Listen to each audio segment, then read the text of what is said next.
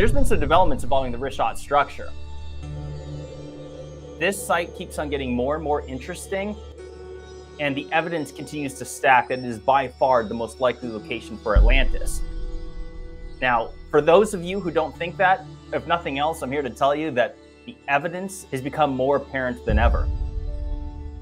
The Richat structure, often referred to as the Eye of the Sahara, is one of the most captivating and mysterious geological formations on Earth.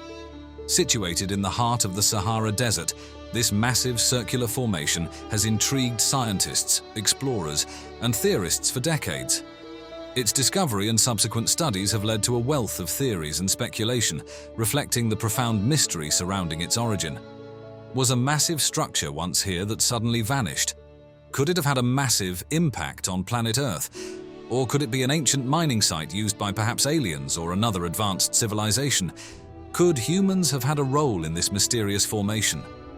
The Richat structure first came to the attention of the scientific community in the 1930s, when French geologist Théodore Monod embarked on an expedition to explore the vast and largely uncharted Sahara Desert.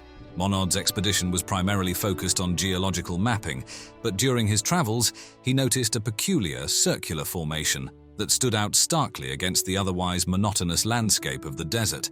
This structure, visible from higher elevations, appeared as a large bullseye-like pattern in the sand, prompting initial curiosity, but not immediate investigation. It wasn't until the 1960s, during the era of space exploration, that the true scale and nature of the Richat structure were fully appreciated. Astronauts aboard NASA's Gemini 4 mission captured high-resolution images of Earth, including the Sahara Desert, from space. From this vantage point, the structure was clearly visible as a colossal, circular formation stretching across a significant portion of the desert. These images ignited interest within the scientific community, leading to more focused research and exploration.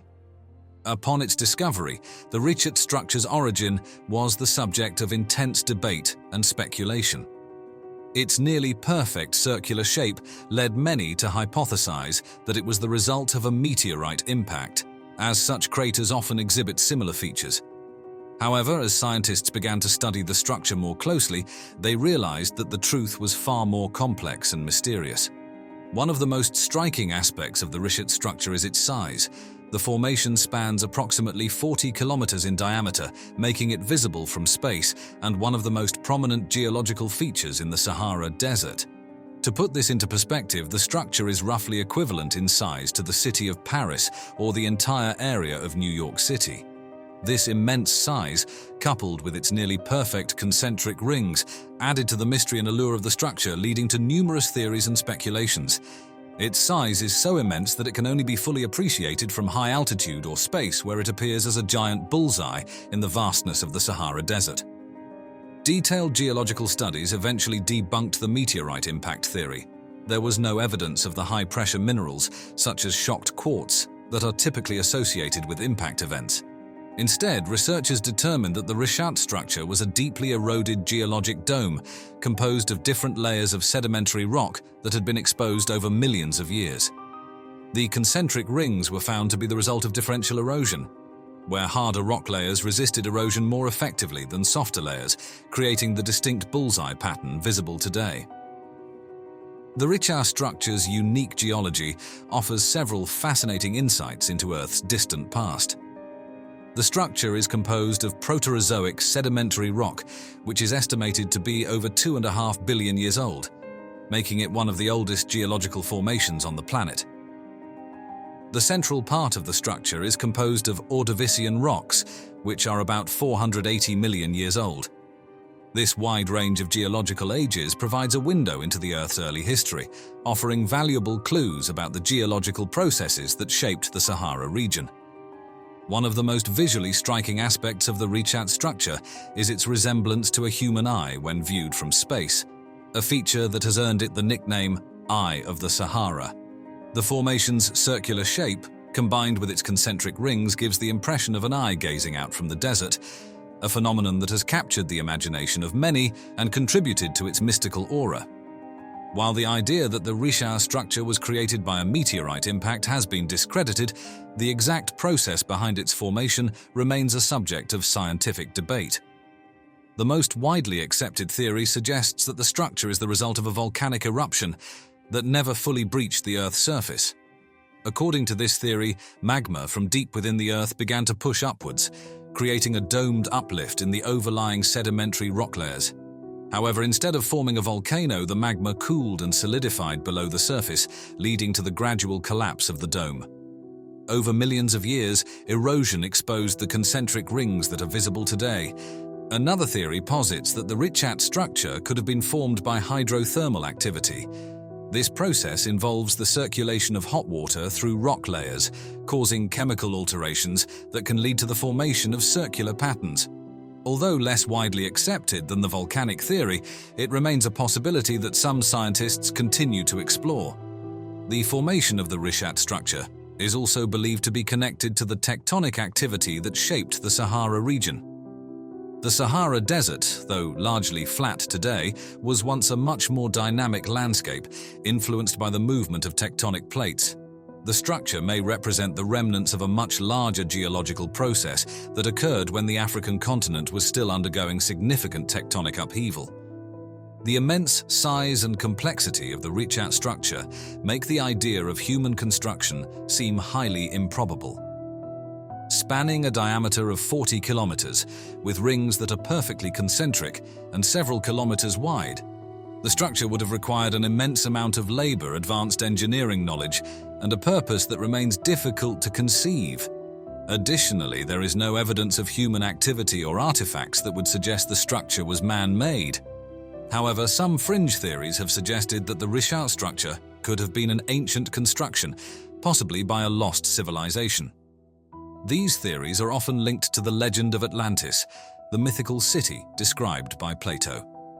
Proponents of this theory argue that the structure's size, shape, and location correspond to descriptions of Atlantis, leading them to speculate that it could be the remains of this legendary city. This theory has gained traction in recent years, fueled by the structure's circular shape, size, and location in the Sahara Desert. The theory suggests that the Richat structure could be the remains of Atlantis, as described by the ancient Greek philosopher Plato. Plato's dialogues describe Atlantis as a powerful and advanced civilization that existed around 9,000 years before his time. He depicted it as a large island, divided into concentric rings of land and water, located beyond the Pillars of Hercules, which is commonly associated with the Strait of Gibraltar. Proponents of the Atlantis theory argue that the Richat structure's concentric rings closely match Plato's description, and its location in the Sahara Desert could correspond to the island's destruction and subsequent desertification. Establishing the age of the Richat structure has been a complex task due to the varied composition of its geological layers. However, scientists have been able to estimate its age based on the ages of the rocks that make up its various layers.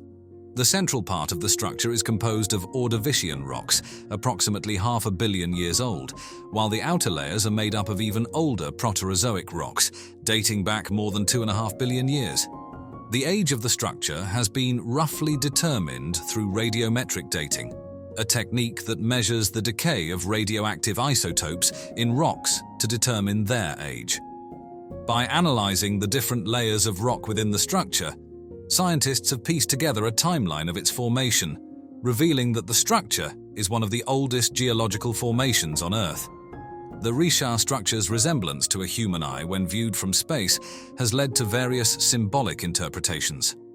Some theorists propose that the structure was designed by an ancient civilization to serve as a signal or marker, visible from great distances, possibly even to extraterrestrial beings. This idea taps into the broader theme of ancient astronaut theories, which suggest that advanced civilizations or extraterrestrial visitors played a role in shaping Earth's history. The region surrounding the structure is not devoid of interest, both geologically and archaeologically. The Sahara Desert, though largely inhospitable today, was once a lush and fertile region, home to ancient human civilizations and a diverse array of flora and fauna. Evidence of ancient river systems, now long dried up, has been found throughout the Sahara, indicating that it was once a much more habitable environment. While the most widely accepted theory is that the Richat structure is a natural geological formation, the lack of definitive evidence for its origin has led to various alternative theories.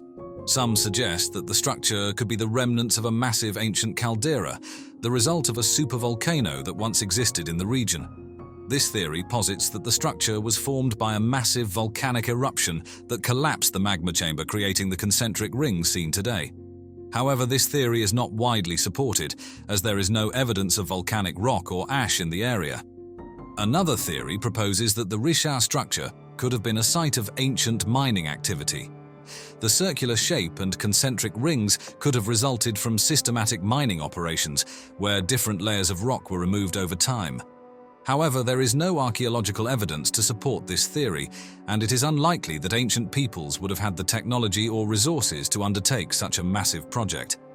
While these ideas are largely speculative, they highlight the enduring fascination with the Richat structure and its potential significance in human history.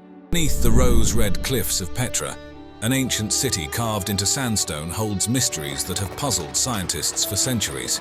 First organization of human beings that deserved to be called a civilization. Recent discoveries in this lost city have surprised experts, challenging our understanding of ancient civilizations. As shadows reveal new celestial alignments on the grand facades and columns during the equinox, we are left wondering, what secrets do the stones of Petra still hold? I don't think we're looking at coincidence here. There's too much going on. I think coincidence is a very weak explanation for what's happening. The story of Petra, often called the Lost City, stretches back to as early as the 4th century BCE, when it was founded and rose to prominence by the 1st century BCE as the capital of the Nabatean kingdom. Nestled in the cliffs of vibrant red, white, pink and sandstone, Petra was at the heart of a bustling trade empire. Its strategic location on the spice trade routes connected it with far-flung regions from China and India to southern Arabia, and on to Egypt, Syria, Greece and Rome. You go to Egypt and you'll find influence of the Nabateans. Everywhere we look, we find some reference at some time to the Nabateans. The city thrived not just commercially but culturally and architecturally, demonstrating advanced techniques in water conservation. Its engineers crafted an intricate system of dams, cisterns and water channels that sustained both the city's population and its agriculture through harsh desert conditions. However, following its annexation by Rome in 106 CE, Petra began to experience a slow decline. Initially, it flourished under Roman influence, but as trade routes shifted towards the sea and devastating earthquakes struck in the 4th and 6th centuries, the city gradually lost its former glory. By the time the Islamic conquests swept through in the 7th century, Petra was reduced to a shadow of its former self, mainly inhabited by a few local Bedouin tribes who lived among the ruins and closely guarded its secrets.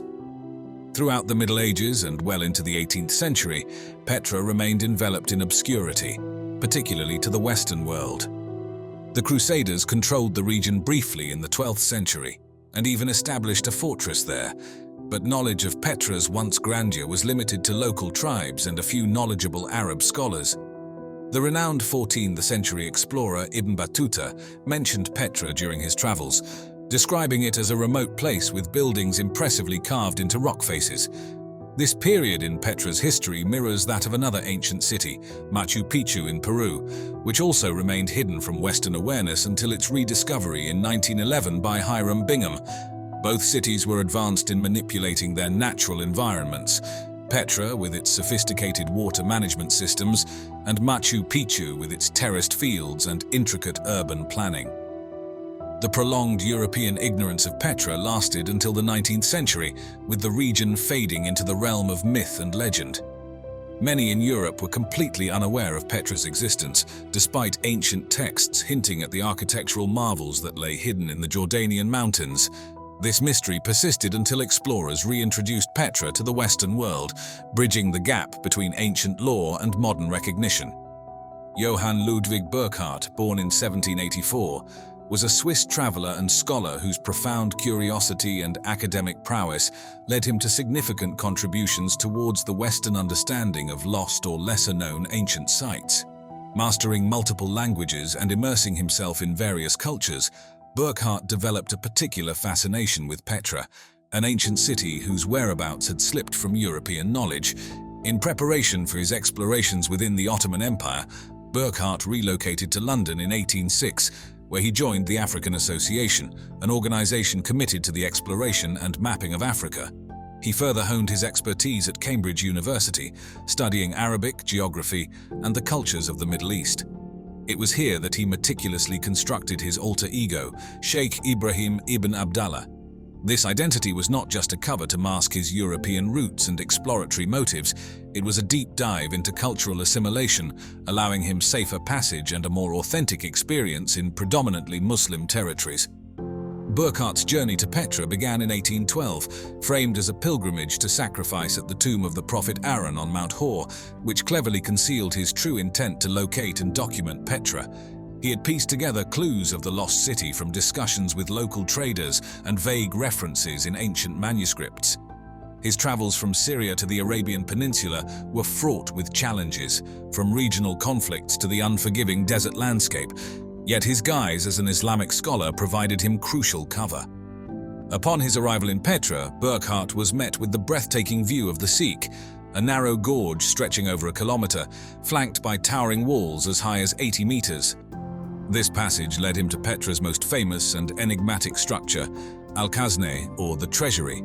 Carved directly into the blush-colored sandstone cliffs, its facade displayed an exquisite blend of Nabatean, Greek, and Roman architectural elements. Petra's entrance, known as the Sikh, is far more than just a gateway. It's an architectural wonder in its own right. This narrow gorge, carved directly from the towering sandstone cliffs, stretches for about 1.2 kilometers and varies in width from a mere 3 to 16 meters. As you walk through, the walls, which soar to heights of over 80 meters, dramatically frame your approach, guiding you towards the heart of Petra, ending at the magnificent Al-Khazneh. Along the Sikh, you'll notice a series of ancient water channels, a testament to the Nabateans' advanced hydraulic engineering skills. They devised these systems to capture and conserve the scarce desert rainwater. The strategic narrowness of the Sikh also offered a natural defense mechanism, much like the historic pass of Thermopylae in Greece, providing a fortified barrier against potential invaders. At the end of the Sikh stands Al-Khazneh, or the Treasury, which, despite its name, was likely built as a mausoleum or temple around the 1st century CE. This iconic structure is renowned for its stunning facade, decorated with a blend of Hellenistic architectural elements and native Nabatean motifs. It features a grand portico supported by 6 Corinthian columns and is adorned with intricate bas-reliefs, including depictions of Castor and Pollux, twin brothers who were revered in mythology for their role in protection and safety. The urn perched atop the facade fueled local legends, with Bedouins believing it concealed ancient treasures, hence the name the Treasury.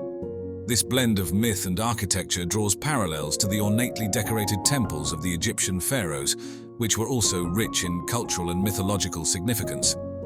Petra's architectural landscape is a rich mosaic of influences, reflecting its historical significance as a cultural and trading hub. The city's structures blend Nabatean rock-cut artistry with classical Greek, Roman, and later Byzantine styles. This fusion is visible not just on the facades but throughout the city's layout, which includes a Roman-style colonnaded street and a theatre capable of holding over 3,000 spectators. Carved directly from the rock, Petra's theatre echoes the design of ancient Greek theatres such as Epidaurus, yet it is uniquely Nabatean in its execution, showcasing their extraordinary skill in stone carving.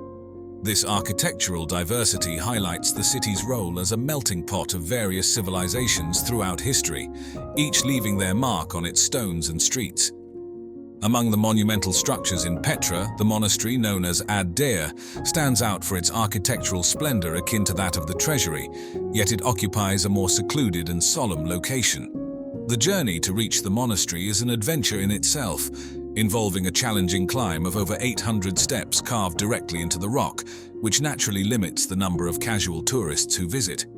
Originally constructed as a Nabatean temple in the 3rd century BCE, the structure was later repurposed as a Christian chapel during the Byzantine period. Its facade, adorned with a massive urn and framed by towering columns, rivals the grandeur of the Parthenon in Athens. However, the isolation of the monastery adds a layer of spiritual retreat, contrasting with the civic pride of the Parthenon. Petra's allure as a mysterious and adventurous location was catapulted into popular culture by its appearance in the film Indiana Jones and the Last Crusade. The movie features Petra's treasury as the fictional entrance to the final resting place of the Holy Grail, which not only captured the imaginations of viewers worldwide, but also significantly boosted tourism to the site. This depiction in the film perfectly aligned with the themes of discovery and exploration, underscoring how media can dramatically shape the perception and economic realities of archaeological sites. In standing before structures that predate the Great Pyramids and Stonehenge, shrouded in mystery and built by a civilization lost to time. I believe that's the time where we lost track of an episode in our story, where we lost track of an earlier civilization. Welcome to the megalithic temples of Malta, some of the oldest freestanding structures on Earth.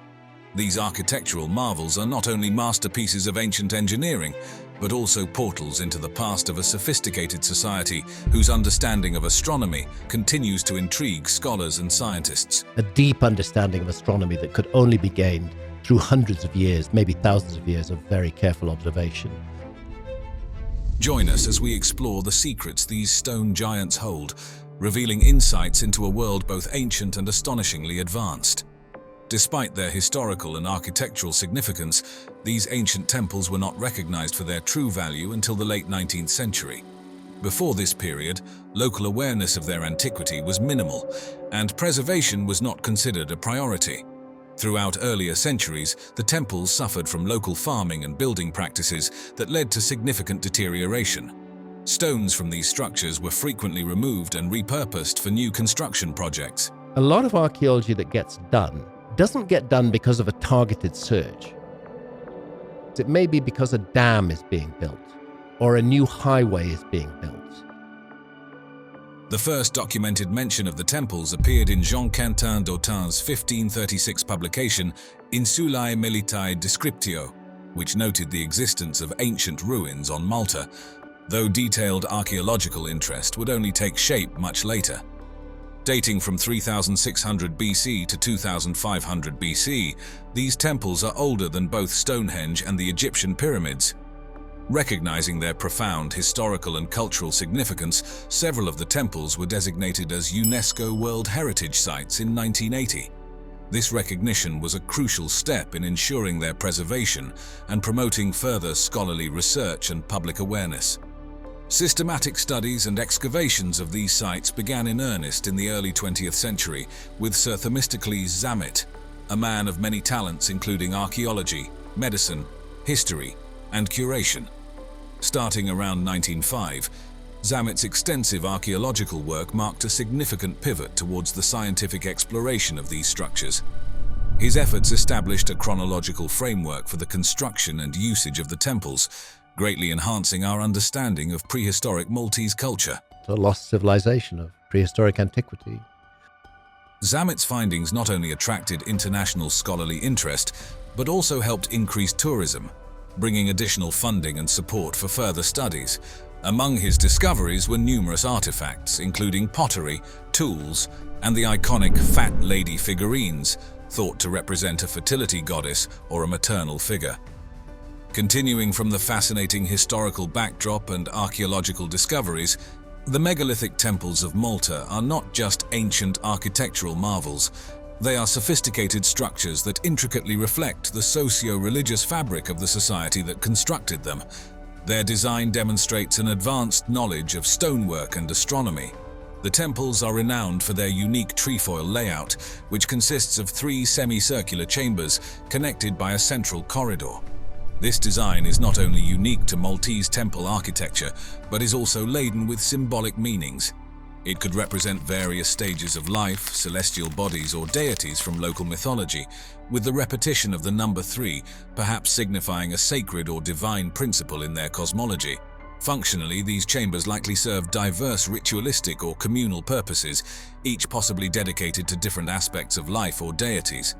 The layout itself facilitates processional movements, which are believed to have been part of the ritual activities conducted within these sacred spaces.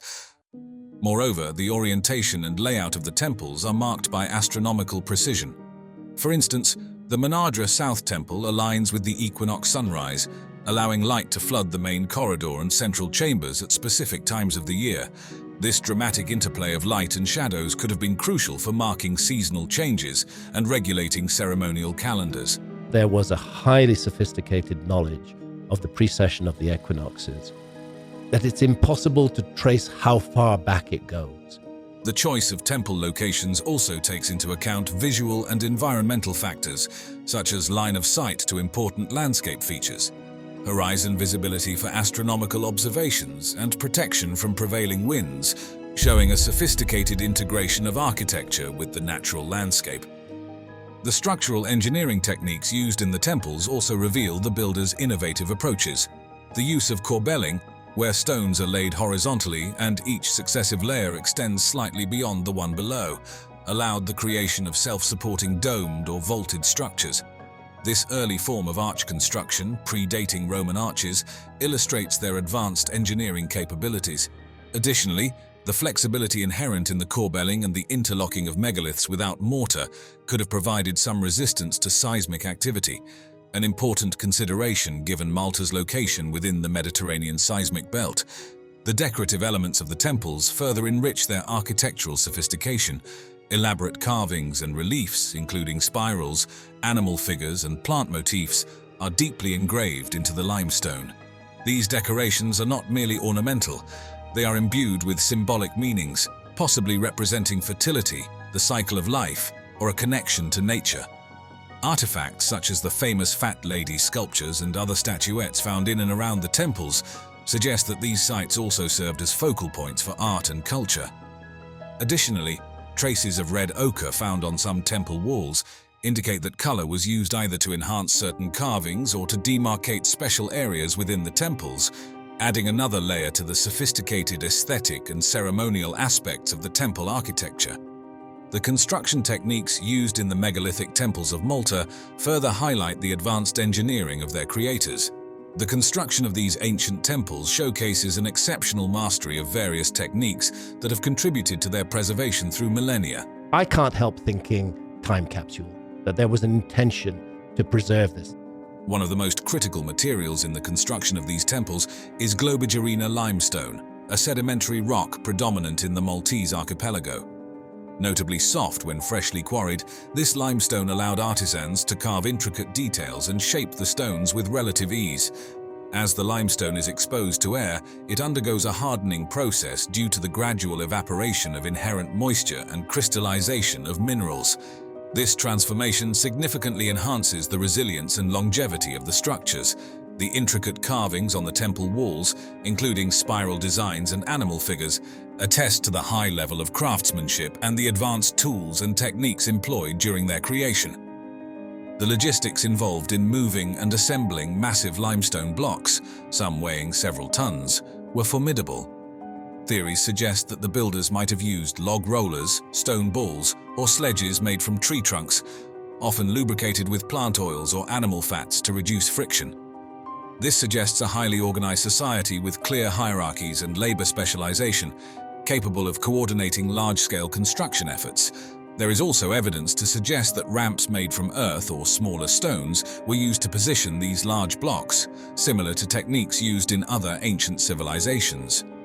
Moreover, the temples exemplify an advanced use of mortarless construction. Builders employed a technique of cutting and fitting stones so precisely that no mortar was needed to hold them together. This dry stone technique, known for its durability and flexibility in seismic activity, involves crafting joints that interlock without gaps. The lack of mortar not only prevents erosion, but also allows the structures to breathe during earthquakes, enabling the stones to shift slightly and settle back without causing structural damage, a technique that has proven effective in other earthquake-prone regions like those encountered by Inca architects. It's fascinating to draw parallels and contrast these ancient marvels with other legendary structures like Machu Picchu. Both sites utilize mortarless construction techniques, which not only exemplifies the precision of stone cutting in ancient times, but also ensures the stability and longevity of these structures. This shared approach underlines a profound understanding of stone properties and structural engineering across two very different cultures. However, the cultural contexts and geographical settings of the megalithic temples and Machu Picchu are distinctly different. The temples in Malta were primarily religious structures. In contrast, Machu Picchu likely served a dual purpose as both a royal estate and a religious retreat, possibly. Geographically, the Maltese temples are nestled on a small island terrain, whereas Machu Picchu sits high in the Andes Mountains. These differences reflect how each culture adapted its architectural styles and techniques to fit its environment and societal needs. During World War II, Malta's strategic position in the Mediterranean made it a prime target, leading to heavy bombings. The value of the megalithic temples was recognized during these turbulent times, prompting significant protective measures. One notable method was the sand covering technique used at sites like Hagar Kim, where heaps of earth and sand were piled over the temples to cushion the impact of bomb blasts and prevent damage from flying debris. While this method helped prevent direct damage during air raids, it also introduced challenges like moisture retention, which could accelerate erosion of the stonework. After the war, extensive surveys and careful removal of sand were necessary to assess any damage and prevent further stress on the ancient stones. These ongoing research and conservation efforts are vital for sustaining the legacy of the megalithic temples of Malta, allowing future generations to marvel at these testaments to human ingenuity and resilience. When we think of pyramids, our minds immediately journey to Egypt. The towering Giza Plateau, with its majestic stone structures, has long captured the world's fascination. But what if we told you that Egypt didn't build the first pyramids? Long before the sands of the Sahara surrounded the grand monuments of the pharaohs, a lesser-known civilization to the south built pyramids that have stood for millennia. Today, these mysterious structures quietly guard their ancient secrets. This is the story of Meroe, an ancient city in the heart of modern-day Sudan, where the first man-made pyramids may have risen and where we begin to unravel a mystery that challenges everything we thought we knew about ancient history. Let us set the scene. We are not in Egypt, but in the vast expanse of the Sudanese desert. Here, nestled in a stark, arid landscape, lie over 200 pyramids, concentrated in a city that once rivaled the grandeur of any ancient Egyptian metropolis.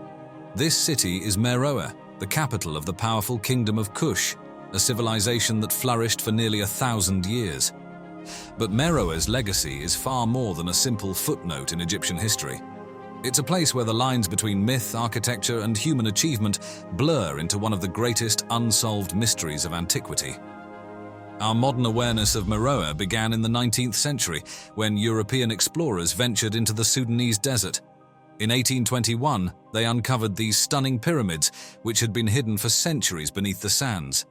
The explorers found a cluster of pyramids, some grand and towering, others smaller and more modest, yet all steeply angled with narrow bases, distinctly different from the broad, sloping forms of Egyptian pyramids. And while Egypt's pyramids were grand tombs for pharaohs, Meroe's served a different purpose.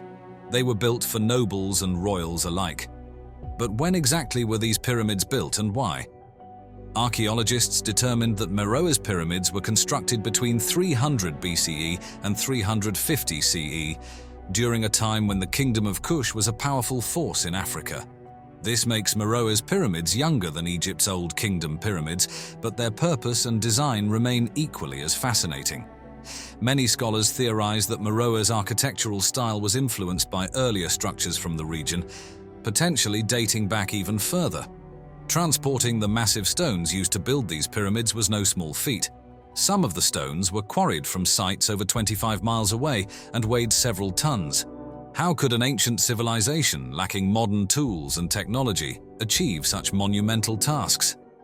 The logistics of transporting and constructing these structures in an unforgiving desert environment continue to puzzle researchers. To put this in perspective, the Great Pyramid of Giza contains stones weighing up to 80 tons, whereas the largest pyramid at Meroe, the Pyramid of Amenishaketo, used stones weighing between 1 and 2 tons. While lighter, these stones were no less challenging to transport, raising questions about how these ancient builders accomplished such feats. What's more intriguing is that Meroe's pyramids were built in a different context than those of Egypt. While Egyptian pyramids served as grand burial tombs for kings and pharaohs, the pyramids at Meroe were constructed for a broader group of nobles, queens, and princes. But why did the people of Meroe embrace pyramid building at all? Inside the tombs of Meroe, archaeologists found a remarkable fusion of Egyptian and African symbolism. Hieroglyphics and carvings covered the walls, but the faces depicted were distinctly African, signifying a culture that blended Egyptian influences with its own deep-rooted identity. Meroe wasn't merely a reflection of Egypt, it was a civilization that commanded power and respect in its own right. Stretching over 600 miles along the Nile, the Kingdom of Kush became a dominant force in trade and culture across northeast Africa. Yet the pyramids of Meroe raise more questions than they answer. Why, after centuries of success, did the Kingdom of Kush turn to pyramid building? Some scholars believe these pyramids were intended to strengthen Meroe's political and spiritual power, symbolizing divine kingship and cementing the kingdom's claim to leadership in the region. Others argue that they served as a tribute to Egyptian influences, while the most radical theory suggests that Meroe may have been the true originator of pyramid building. Let's consider this possibility. Recent archaeological evidence has revealed older, smaller pyramid-like structures in Sudan, dating as far back as the 8th century BCE, long before the construction of Egypt's famous monuments. These burial mounds, known as tumuli, could have evolved into the grand pyramids we see at Meroe today. Could it be that Egypt's most iconic structures were influenced by the Kushites rather than the other way around? It's a theory that challenges the traditional narrative of history, suggesting that Meroe's civilization may have pioneered innovations long before their Egyptian neighbors. As we dig deeper into the sands of history, the mysteries surrounding Meroe's pyramids only grow. Could the origins of pyramid building lie not in Egypt, but in this forgotten kingdom to the south? Meroe was more than just a city of pyramids. It was a thriving center of industry and trade with remarkable advancements that rivaled many other ancient civilizations. One of Meroe's most significant achievements was its mastery of ironworking. Scattered across the landscape, archaeologists have uncovered iron furnaces, a testament to a sophisticated industry that flourished long before many other ancient civilizations had harnessed such technology. This begs the question: how did the Kingdom of Kush develop these advanced techniques? Some believe that the iron was used to forge weapons, providing the Kushite warriors with a formidable edge in battle. Others argue that Meroe's iron was used for agricultural tools, enabling the cultivation of vast swathes of fertile land along the Nile, and allowing the kingdom to sustain its growing population. But perhaps the most intriguing theory suggests that Meroe's iron products were traded far and wide, reaching the Mediterranean and perhaps even India, indicating that this kingdom played a central role in the ancient global economy. Equally fascinating is Meroe's sophisticated water management system. Archaeologists have discovered an elaborate network of reservoirs and dams that allowed the people of Meroe to control the seasonal floodwaters of the Nile, ensuring a stable supply of water for agriculture. This level of engineering sophistication was far ahead of its time, surpassing even some of the water management techniques used in Egypt. Could it be that Meroe, not Egypt, held the key to ancient water engineering? And how much of this knowledge was passed down or lost over the centuries? But not all of Meroe's mysteries come from clear evidence. Some of the most tantalizing questions remain shrouded in conspiracy and speculation. One popular theory suggests that Meroe's decline was not a result of natural collapse but of deliberate sabotage. After the Romans conquered Egypt, could they have seen Meroe as a threat? Did they systematically erase this powerful kingdom from history to secure their dominance over the Nile region? This theory becomes even more intriguing when we consider the state of the pyramids themselves. Unlike the carefully maintained pyramids of Egypt, the pyramids of Meroe were intentionally defaced. Their smooth limestone casing was stripped away, leaving them exposed to the harsh desert winds. But who did this, and why? Was it Roman forces seeking to obliterate Meroe's legacy, or was there an internal conflict that led to the destruction of these grand monuments? Then there are whispers of a lost treasure buried within the pyramids, a fortune that has yet to be discovered. But perhaps the most valuable treasure Meroe has to offer is not gold or jewels, but knowledge. The understanding of an ancient world that continues to challenge everything we thought we knew about history. The pyramids of Meroe may not be as famous as the pyramids of Giza, but they are more numerous and cover a broader landscape that once teemed with life and activity. The construction techniques, while different, display an ingenuity that rivals that of Egypt's builders. And while Egypt's pyramids were built for a select few god-kings, Meroe's were designed for a wider range of society, reflecting a more diverse and inclusive social structure. Mystery, intrigue, and a lost civilization waiting to be rediscovered. This is the true legacy of Meroe. As the sands continue to shift over the ancient city, they may one day reveal even more secrets about this extraordinary civilization. Could it be that Meroe, not Egypt, is where the story of pyramids and so much more truly began? Beneath the sands of modern-day Sudan and southern Egypt lies the story of a civilization whose architectural prowess rivaled that of the ancient Egyptians, the Nubians. I think we're looking at hints and clues that something is missing in our story. Known for constructing more pyramids than their northern neighbors, the Nubians created a kingdom of extraordinary wealth, culture, and power. But as the tides of history shifted, their grand structures were gradually reclaimed by the desert, and their story obscured by the sands of time. I want to know what else is going to be found that hasn't been investigated yet at all. We're just touching the edge of a huge mystery. Where did this great civilization go? And what secrets do their ancient cities and towering pyramids still hold? The Nubian civilization, nestled along the Nile River in what is now Sudan and southern Egypt, stands as one of Africa's oldest and most fascinating civilizations. A great civilization that had been destroyed and that had left some survivors who had come to Egypt. With a history that stretches back to the Neolithic period, Nubia is celebrated for its complex social structure, advanced architectural prowess, and dynamic interactions with ancient Egypt. The story of Nubia's exploration and its archaeological significance unfolds with intriguing depth, particularly when considering its ties to Egypt. During the 19th century, as European powers expanded their reach across Africa, scholars and archaeologists often accompanied colonial expeditions, initially focusing on the pharaonic marvels of Egypt due to their spectacular allure and global fascination. However, these explorers soon ventured into modern-day Sudan, where they uncovered the rich heritage of Nubia. Yes, there's been some archaeology in the Sahara Desert, but not very much. Richard Lepsius, a pioneering German Egyptologist, was one of the first to document Nubian antiquities extensively during his Prussian expedition from 1842 to 1845. His meticulous records and sketches provided a detailed overview of Nubian archaeological wealth, charting numerous sites including temples, tombs, and entire settlements previously unknown to the broader scholarly community. Yet these early explorations were not without their challenges. Adventurers faced harsh climates and political instability, and their initial perceptions of Nubia were often clouded by colonial biases, frequently underestimating the sophistication of the Nubian civilization in comparison to their northern neighbors, the Egyptians.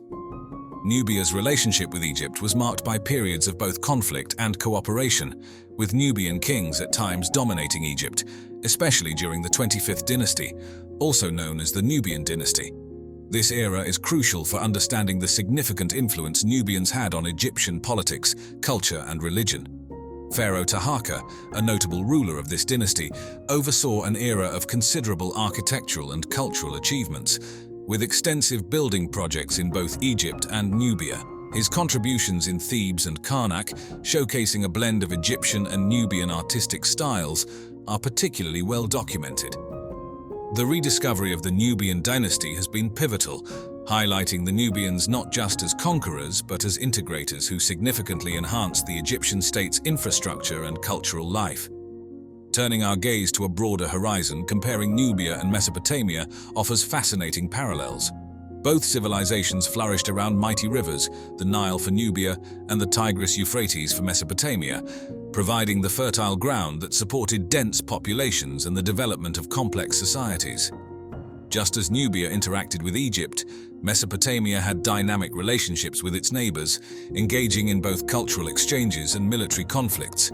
Architecturally, while Nubia is renowned for its pyramids and monumental temples, Mesopotamia is credited with the development of ziggurats and the pioneering use of brick as a primary building material. Both regions also developed their writing systems, with cuneiform in Mesopotamia and Meroitic scripts in Nubia, which were vital for administrative, religious, and cultural expressions, remaining crucial for archaeologists and historians in understanding these ancient societies. If you wish to pass information to a distant future, you wouldn't be smart to just write it down. How can we know that our script is going to be readable by any other culture, let's say 10,000 years in the future? George Reisner's pioneering archaeological work in Nubia at the beginning of the 20th century has dramatically enhanced our understanding of the ancient kingdom of Kush, shedding light on a civilization that was at various times a rival and a partner to ancient Egypt. As a professor at Harvard University, Reisner was dispatched by the Harvard University Museum of Fine Arts Boston expedition to delve into the historical mysteries of Egypt and Nubia. His investigations in Nubia were among the first to apply scientific archaeological methods in the region, establishing new standards for documenting the excavation process that would influence future archaeological endeavors. One of Reisner's most groundbreaking efforts was his excavation of Kerma, which he identified as a key cultural and political hub of the Kingdom of Kush. This discovery was particularly significant as Kerma's importance had previously been overshadowed by more well-known Egyptian sites. At Kerma, the most striking find was the Defufa, a towering mud brick structure that remains one of the largest and oldest of its kind in the world. Reisner suggested that the Defufa served a religious and possibly administrative function, a topic that continues to spark debate among scholars regarding its specific role.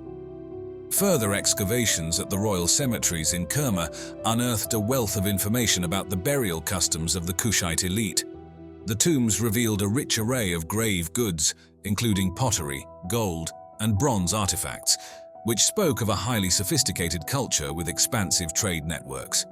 Additionally, evidence of human sacrifices at these sites suggested that the Kushites engaged in complex funerary rituals, underscoring the depth of their religious beliefs. The layout of Kerma, as uncovered by Reisner, indicated a highly organized urban center, complete with residential areas, production centers, and extensive fortifications. This insight provided a new perspective on the urban planning and architectural sophistication of the Kushite civilization, challenging the then prevailing notion that Nubian culture was perpetually subordinate to that of ancient Egypt. Instead, Reisner's findings highlighted the distinctiveness of the Nubian civilization and its ability to influence and control vast territories, including parts of Egypt at various times. Reisner's systematic approach to excavation and his rigorous documentation practices set new benchmarks in the field of archaeology. He was a pioneer in using stratigraphy for dating purposes, which allowed for a more accurate understanding of the chronological sequence of the sites he excavated.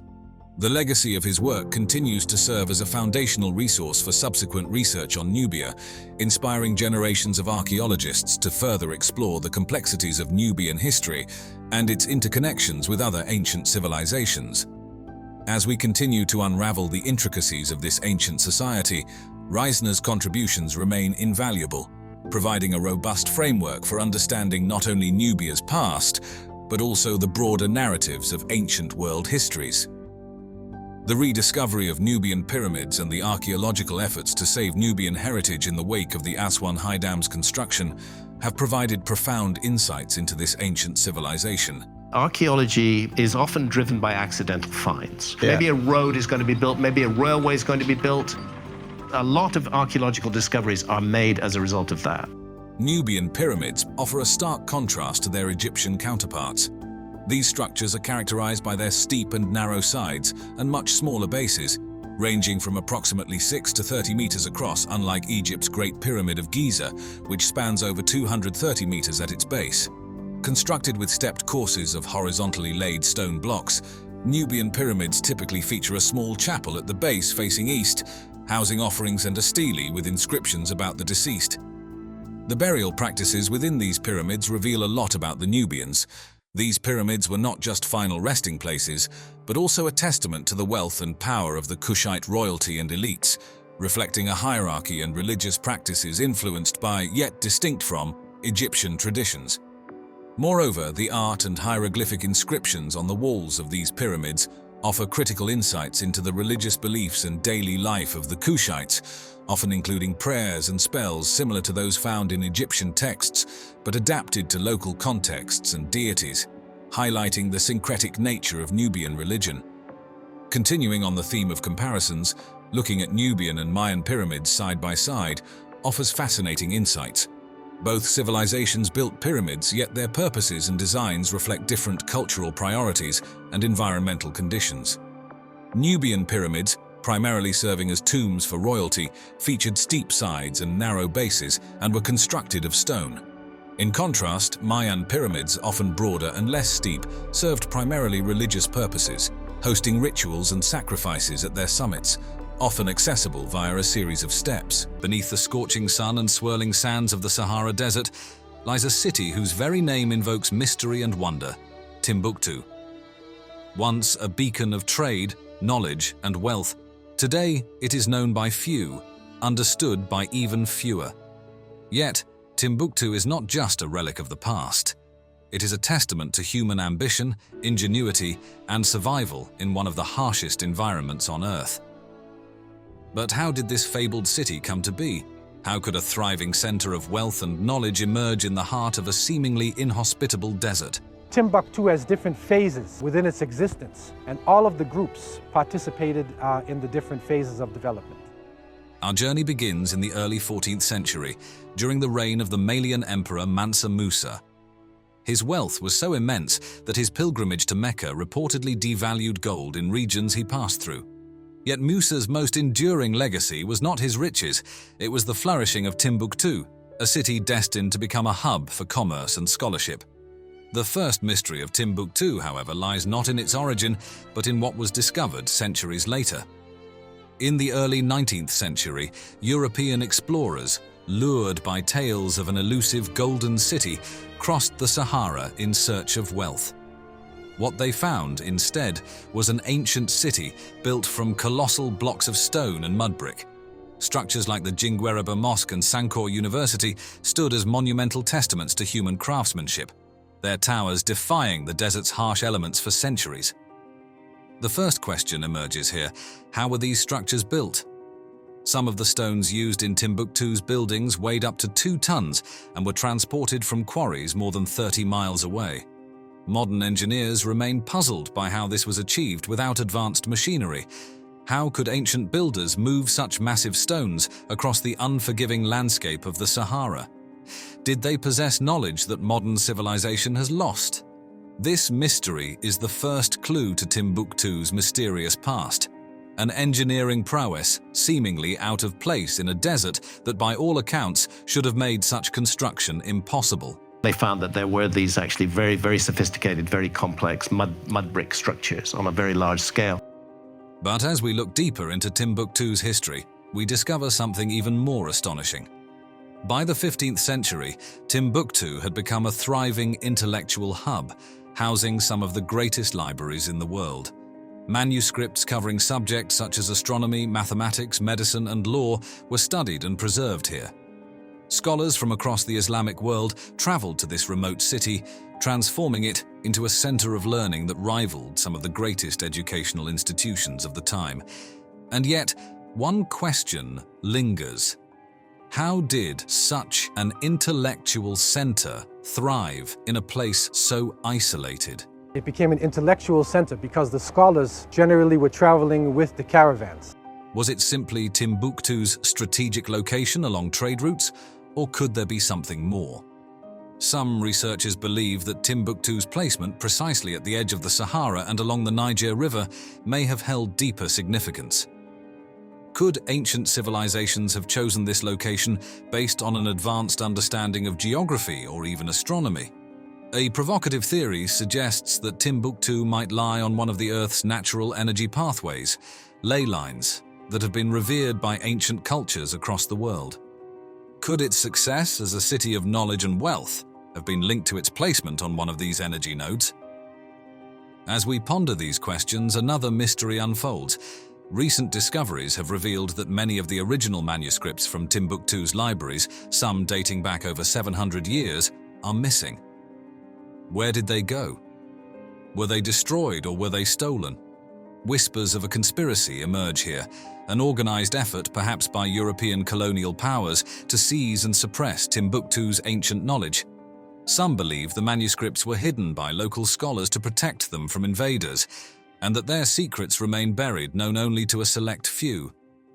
Today, historians and treasure hunters alike search for these lost manuscripts, hoping to unlock the wisdom they contain.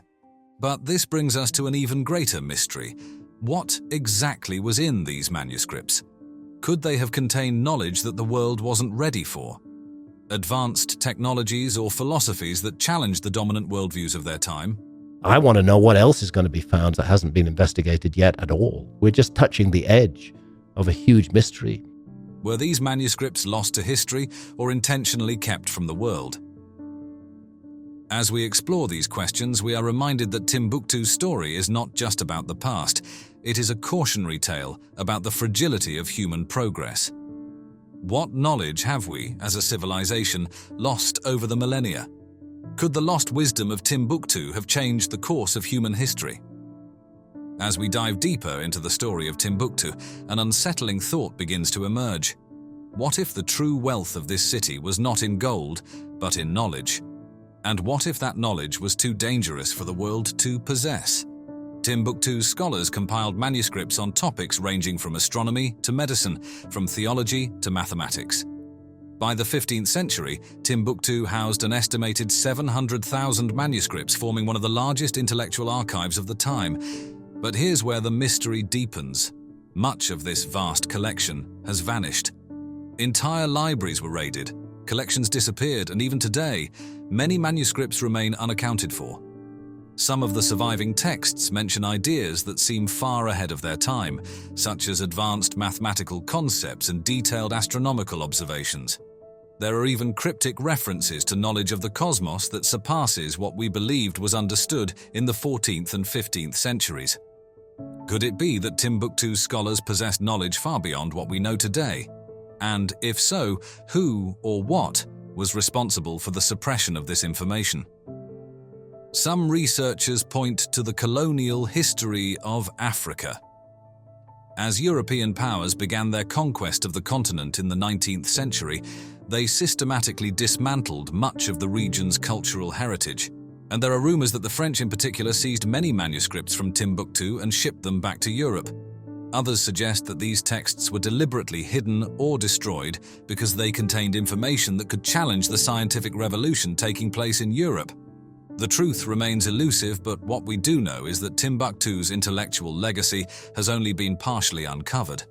Many of the remaining manuscripts are locked away in private collections, deteriorating from neglect. Could these hidden texts hold the answers to the mysteries that still surround Timbuktu? But the intrigue does not end with the manuscripts. Archaeologists working in the region have uncovered ruins of other ancient cities near Timbuktu, suggesting the area was part of a larger, interconnected civilization. Some of the stones used in Timbuktu's structures weigh several tons and were transported from quarries miles away. How could these feats of engineering have been accomplished without modern machinery? And could there be a connection between the builders of Timbuktu and the ancient Egyptians? Adding to the mystery, some of these structures remain unfinished, as though the builders abruptly stopped their work. Why would a city so rich in knowledge and wealth suddenly fall into decline? Environmental changes may provide part of the answer. As the Sahara continued to expand, trade routes shifted, and the resources that once sustained Timbuktu dwindled. But others suggest that external forces may have played a role. Some theorists argue that jealous foreign powers or even secret societies conspired to bring about the city's downfall. One of the most persistent theories involves the lost riches of Timbuktu. According to legend, Mansa Musa's wealth wasn't only in gold. He may have possessed ancient artifacts and manuscripts from a forgotten civilization. Some believe that these treasures remain hidden beneath the city, waiting to be discovered. Could Timbuktu's greatest secret be something far more valuable than gold? As we conclude our journey, one thing is clear: Timbuktu's mysteries are far from solved. What knowledge was lost, and why? What still lies hidden beneath centuries of sand and secrecy? Recent efforts to preserve Timbuktu's heritage have been met with both success and challenge. Instability in the region and the harsh desert climate threaten the remnants of the city's once great libraries. Yet, new archaeological techniques such as ground-penetrating radar have revealed that entire sections of the city may still be buried. Could these hidden chambers hold the answers to the questions we've been seeking? Or could they contain even greater secrets? secrets that could reshape our understanding of history, civilization, and the very nature of knowledge.